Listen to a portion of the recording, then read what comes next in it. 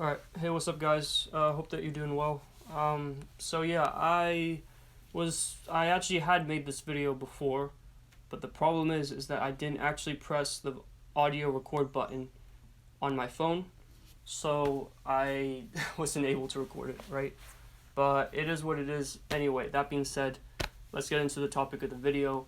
I can now film it now, so let's get into it. Alright, so Anthony Joshua versus Deontay Wilder. Um, this is, not like a prediction video necessarily or anything like that, but this is just more like narratives I've been hearing by like boxing fanatics or boxing experts or whatever you want to call them. I don't know to say boxing experts, but just boxing analysts is what I mean, right? And I just wanted to give my viewpoint on sort of the fight, whether I agree with certain narratives or disagree, just to sort of like, give my opinions on these narratives, and this isn't like a pro Anthony Joshua or a pro Deontay Wilder video. This is just kind of like seeing both sides. So, yeah, anyway, let's get into it. So, the first narrative I've been hearing is obviously having to do with the Helenius fight. The narrative is, oh, well, Deontay Wilder knocked out Helenius in one round, right? And it didn't take him any effort to do so, really, anyway, right? And when AJ fought Helenius, oh, did you see that performance? AJ got a black eye in that performance, or he got a shiner under his eye, and he, like it took him 7 rounds to knock out Helenius. Like, can you imagine what Wilder would do to AJ, And I guess just in general, just how AJ's been looking in his past fights, people are sort of basing it off that, right? So, to an extent, look, I agree, AJ's not been looking the best recently, The Jermaine Franklin fight, I thought was... I gave his performance a 5 out of 10 at most in that fight. I think he packed on way too much weight. He looked massive, but not like a good massive of like, oh yeah, look at AJ, he looks built like an athlete, he's gonna go out there and he's gonna, look at that. He's built like Captain America, or something like that. That's not what I mean. It's not like a big like, oh, he's built like Captain America or something. He's gonna go out there and stop Franklin in however many rounds. He looked big in terms of like it looked like he put on way too much weight in that fight, right? The Helenius fight was a bit better, but AJ was sort of taking his time in that fight, sort of reading Helenius, and Helenius was able to capitalize on that to an extent and land his own shots, and that's sort of that. But yeah, regardless, look, I agree, AJ's not been looking the best recently, right? And look, would the Wilder that fought Helenius beat the Anthony Joshua that fought Helenius? Yeah, to be honest, he probably would, right? Just based off that fight, However, I don't think it's fair just to base it off that because, AJ and Wilder, they're different, like, one-punch power type of knockout artists, but they're also different, like, in terms of how they approach their knockouts, right? Deontay Wilder is more like a snapping punch, right? His is sort of like a snapping power. Like, it just takes him one shot, and he's able to, knock someone out, right? Anthony Joshua's a bit different in that he breaks down his opponents. He doesn't have... he doesn't have as hard of a right hand as Deontay Wilder, with the, straight shot, right? But, he does have a, but at the same time, he's not really that one-dimensional, though. He has a hard left hook. He has a hard uppercut. And he even has a decent jab. I don't know who has a harder jab necessarily. I know that AJ probably, like, pops his out a bit more, and it's a bit somewhat quicker anyway. But the point is that, AJ's a guy who sort of likes to he sort of breaks down his opponents in that regard, right? And, the thing is, when you look back at previous fights, there's certain fighters who have fought AJ and Wilder who have actually given AJ a bit more credit. Like, there was this one guy early in AJ's career, or that AJ fought early in his career. I can't remember his name. It was Matt Skelton. No, not Matt Skelton. Who was it? It was some guy. And he basically he had said, like, after fighting Deontay Wilder and Anthony Joshua that he felt like AJ was like the tougher guy to like get shots off of, right? And that's what he said, So I mean, Jason Gavin, right? That was a fighter, Jason Gavin. I think he said in an interview that he thought AJ was the better fighter. And the thing is with Eric Molina as well. I mean, Eric Molina, that was a fight where it was actually AJ who stopped Molina a lot quicker. And Wilder, it took him like I think 9 rounds or something. But not excuse me. Not only did it take him 9 rounds, but I mean, Wilder also got stunned in that fight momentarily, so it wasn't exactly like a cakewalk for Deontay Wilder, right? So, that being said, I mean, I think I understand this narrative of AJ hasn't been looking his best recently in the past 2 fights he's been in, but to base the fight off of just that, I don't think is fair. And also given the fact also given the fact of, I guess given the fact that, Wilder had more time to prepare for Helenius, whereas AJ had 1 week, or was it under 1 week? I don't know, but it was a very quick replacement fight, where AJ was fighting a completely different stylistic fighter to what he was fighting in Dillian Whyte. Dillian Whyte was shorter than Anthony Joshua. He was more like a looping shot guy, Robert Helenius was a different fighter. He was taller. He had good straight shot, long range combinations, and that was a different stylistic matchup for AJ. And the thing with Anthony Joshua, he's not used to fighting guys who are his height or taller than him. The only guys he's faced who are like his height or taller than him, professional wise, are I think Vladimir Klitschko, Gary Cornish, and Dominic Brazil. Those were the only guys who he fought that were, who were taller or around his height. So with Helenius, I think Helenius might even be his tallest opponent, professional wise. I'm not too sure about that, but he's definitely up there as one of Anthony Joshua's tallest opponents he's faced, right?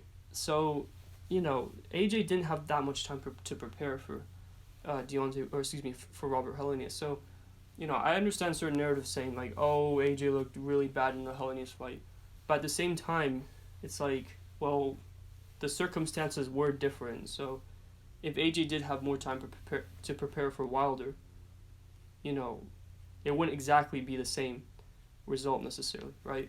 So that's just my opinion. That's sort of what I wanted to talk about when it comes to that. The other argument is, I would say, sort of in defense of Deontay Wilder a bit. There's this argument out there that Deontay Wilder's not that great of a boxer. That he's not that great of a boxer, and that AJ is a better boxer than Wilder. So then AJ should have no issue beating Wilder. No, I think that I would say I agree AJ is the better boxer than Deontay Wilder. But with Wilder, he's faced guys who are better boxers than him, and he's stopped them. Luis Ortiz was a better boxer than Deontay Wilder, and I don't think Helenius was necessarily that much better than Wilder. In fact, I kind of hesitate to say Helenius was a better boxer. But Luis Ortiz is the only one to come to mind, and he stopped Ortiz. The problem with sort of defending Wilder on that, though, is that Ortiz was a lot older at the time. But, I mean, to be fair, this is the same Luis Ortiz who went 12 rounds with Andy Ruiz. However, I will say I don't think that was Andy Ruiz's best performance necessarily.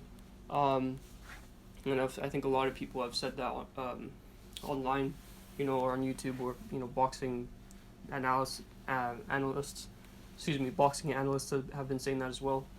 So it's sort of difficult to, basically what I'm saying is that, I think, AJ is the better boxer, but I think we've seen this in the past. It just takes Wilder one shot. We've seen this in the Spilka fight. We've seen this in the Molina fight as well.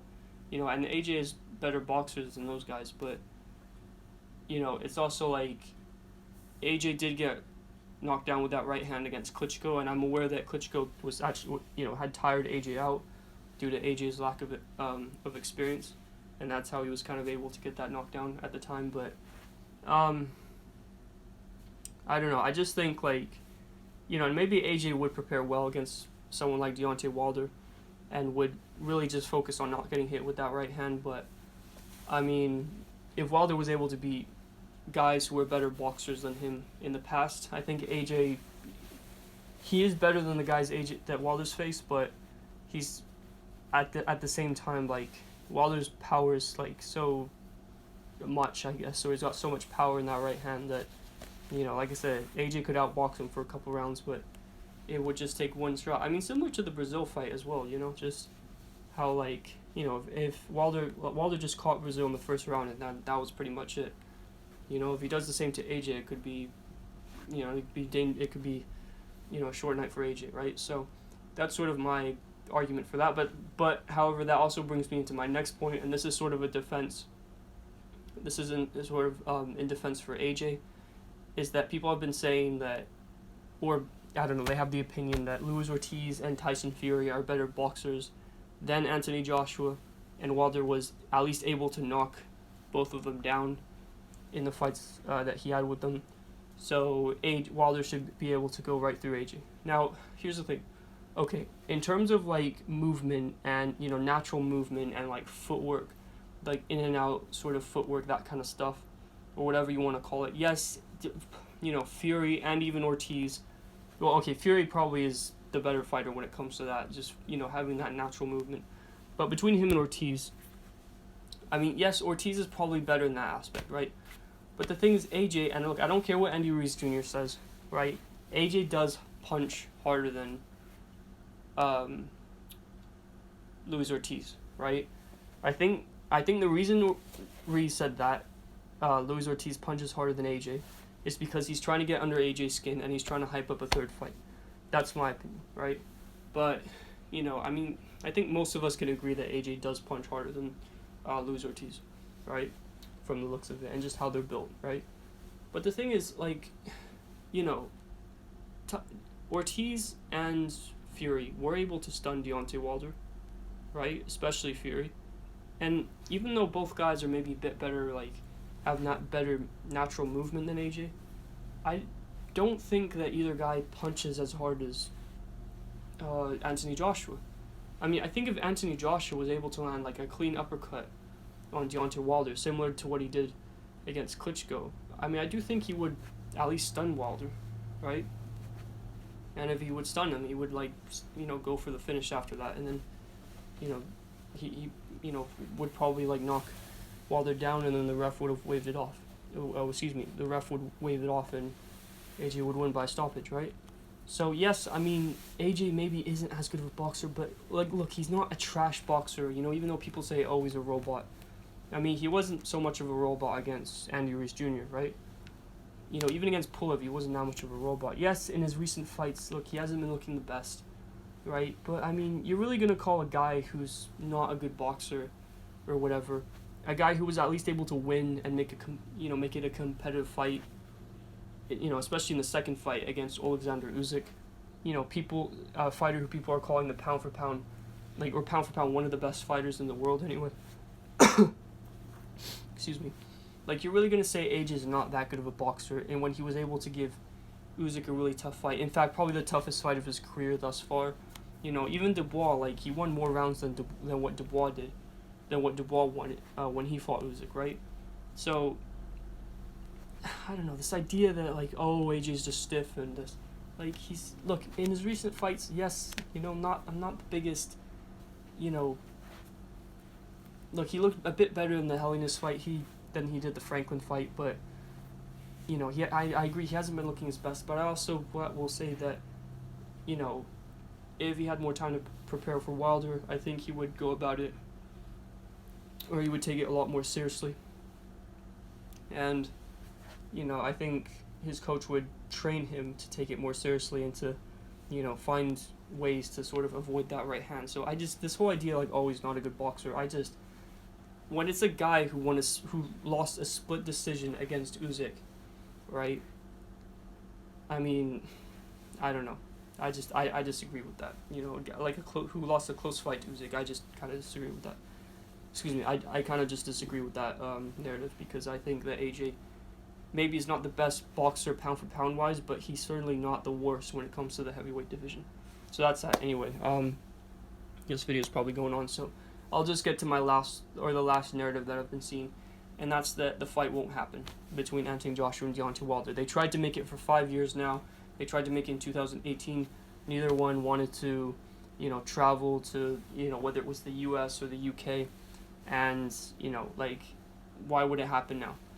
Well, I actually think that's an even better reason for it to happen now, because neither one of them is a world champion right now, right? Neither one is going to have, like, necessarily this, idea of, like, oh, I need more money, oh, it needs to be in my backyard, because neither one is a champion. Neither one, necessarily can call the shots. So I think they can come to a more fair agreement, given that neither one of them are champions, right? I think it was maybe a bit more difficult at the time because AJ had to fight mandatories, and all that stuff. And, Wilder was very comfortable fighting in the US, and maybe AJ was also comfortable fighting in the UK, things like that, right? So, look, in my opinion, I think that I'm not saying the fight will 100% happen, and will it happen by the end of the year? I don't think so. In fact, I think, if anything, they're probably going to make, if AJ does have another fight at the end of the year, I think they're going to make him versus Zhang, if anything. Which, honestly, is a fight I would like to see, because I think that would really be a step up from the Helenius fight. But I'm just saying, like, I wouldn't lose complete hope in the fight not happening, because I think they can, now that neither one of them are champions and stuff, and now that they don't have to argue about, oh, I'm the champion, oh, I've, I've had more title defenses, but I've fought better opposition, things like that. I think they can come to more of a fair agreement, and they could even have it, like, on neutral grounds in Saudi Arabia, right? So, I don't know. Like, yeah, I get that it's, like, it's difficult to see both guys really winning, really, making it a fair, like, 50-50 split or whatever in terms of, like, I don't know, the money they get or whatever from the fight. But I will say that, people said that Crawford versus Spence wouldn't happen. Most recently, people said Canelo versus Charlo may not happen either. People said I don't know what else, that, the trilogy with Triple G, between Triple